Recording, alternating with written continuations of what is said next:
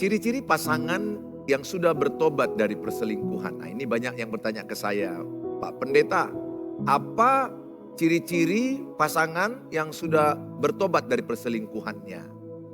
Nah, yang pertama adalah sikapnya lebih terbuka. Jadi dia menceritakan kehidupannya itu lebih terbuka, tidak ada lagi yang ditutupinya.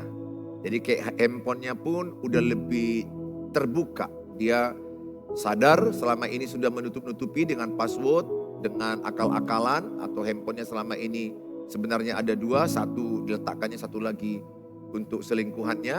Nah, kalau yang sudah bertobat, dia handphonenya satu, walaupun dua karena pekerjaan, is okay, tapi dua-duanya terbuka. Jadi nggak ada lagi dia betul-betul ya ketika ditelepon pun dia nanti dia oleh seseorang, dia terbuka aja siapa yang menelepon. Yang menelepon itu teman kerja, yang menelepon itu juga mungkin ya seorang perempuan yang mengganggu dia.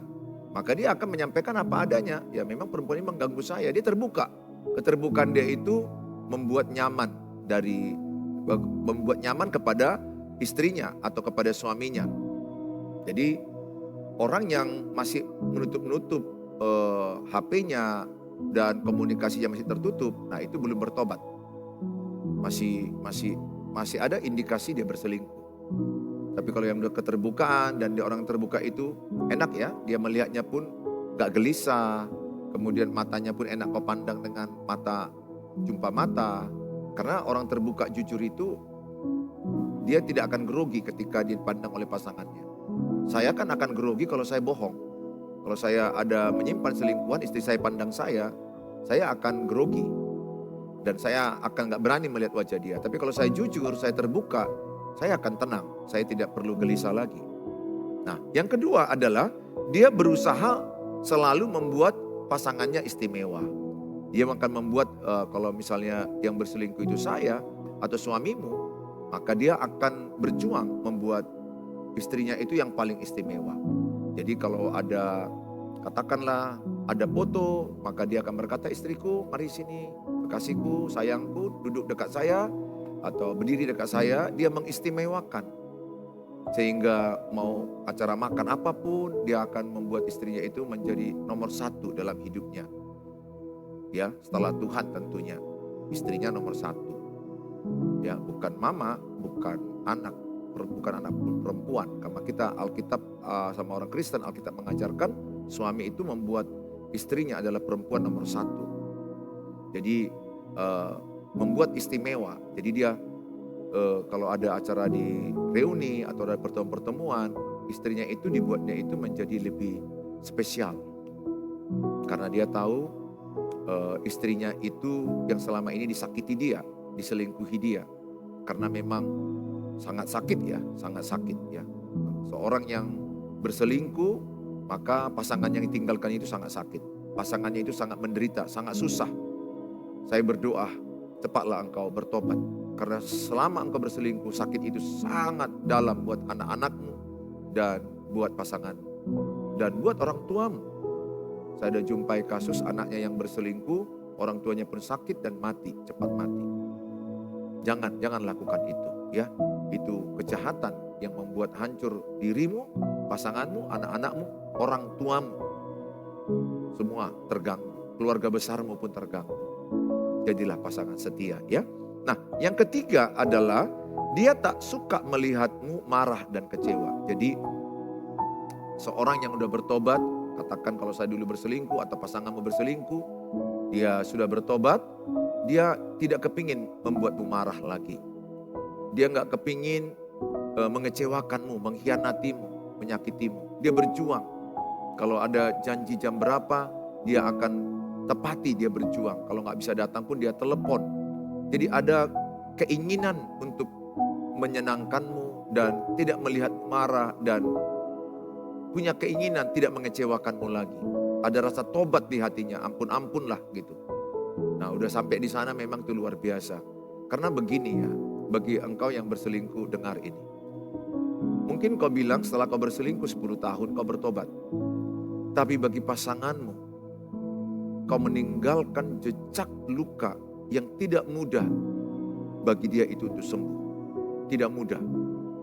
terutama traumanya. Apalagi kalau udah tahunan kau selingkuh, trauma. Ini contoh aja ya. Kalau engkau pergi sebenarnya ke tempat yang benarnya, ibadah.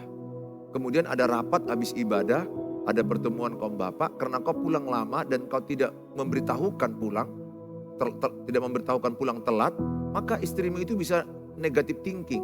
Kemana ya dia? Apa yang diperbuatnya? Handphone kenapa pulang gak aktif? Padahal gak engkau aktifkan karena lagi rapat. Dan engkau lupa menyampaikan. Dia trauma. Traumanya itu akan membuat dia gelisah. Itu gak gampang. Sampai nanti si ibu itu memang menghilangkan traumanya dengan berserah kepada Tuhan. Bisa, trauma itu bisa hilang. Tapi tidak mudah. Saya jumpain tidak mudah. Tapi bisa kalau dia menyerahkannya kepada Tuhan. Karena suaminya bukan miliknya lagi, milik Tuhan. Serahkan ke Tuhan. Jadi, ayo, kalau engkau sudah bertobat, senangkan pasanganmu, istimewakan dia, jangan kecewakan lagi. Nah saudara, yang keempat, mengenalkanmu pada orang yang terdekat. Jadi orang yang sudah bertobat dari perselingkuhannya, kalau ada pasangan, misalnya seorang istri yang berselingkuh. Nah saya balikkan ya, karena hampir sama aja sekarang suami selingkuh, istri selingkuh. Istri yang selingkuh, maka ketika dia bertobat, kalau ada laki-laki yang dekat sama dia, dia akan cepat-cepat kasih tahu, ini Pak, ada sales datang, tolong ditemani. Dia atau ada kawan dekat SMA-mu, alumni. Nah alumni, yang katakanlah sales tadi itu adalah alumni SMA. Nah ini teman alumni SMA aku, sekarang dia sales bagian, katakan komputer, yang memperbaiki komputer kalian. Atau menjual komputer baru. Dia akan perkenalkan. Dia tidak memberi kesempatan untuk terlalu dekat dengan laki-laki itu. Dia jaga jarak dengan semua laki-laki dan dia akan selalu sodorkan laki-laki itu kepada suaminya. Supaya suaminya lebih dekat dengan laki-laki tersebut. Jadi dia betul-betul setiap ada teman dekat dia akan perkenalkan dengan pasangannya. Itu orang yang sudah bertobat. Jadi orang yang sudah bertobat dari perselingkuhan, setiap ada teman dekatnya dia cepat-cepat perkenalkan. Dia nggak mau lagi ada rahasia-rahasiaan. Chat-chatan pribadi, nggak ada lagi. Sehingga dia membuktikan bahwa dia sungguh-sungguh mau bertobat. Perlu pembuktian pertobatan, sungguh-sungguh. Supaya sembuh luka batin pasangan. Supaya sembuh trauma dia. Supaya sembuh juga asam lambungnya. Mungkin dia penyakit asam lambung yang berlebihan karena stres melihat engkau berselingkuh sekian tahun. Sehingga mengalami hipertensi, penyakit gula. Kasihan dia.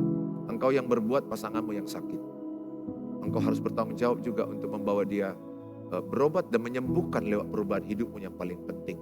Demikian juga kalau istri yang berselingkuh, engkau yang bertobat untuk membuat suamimu sembuh.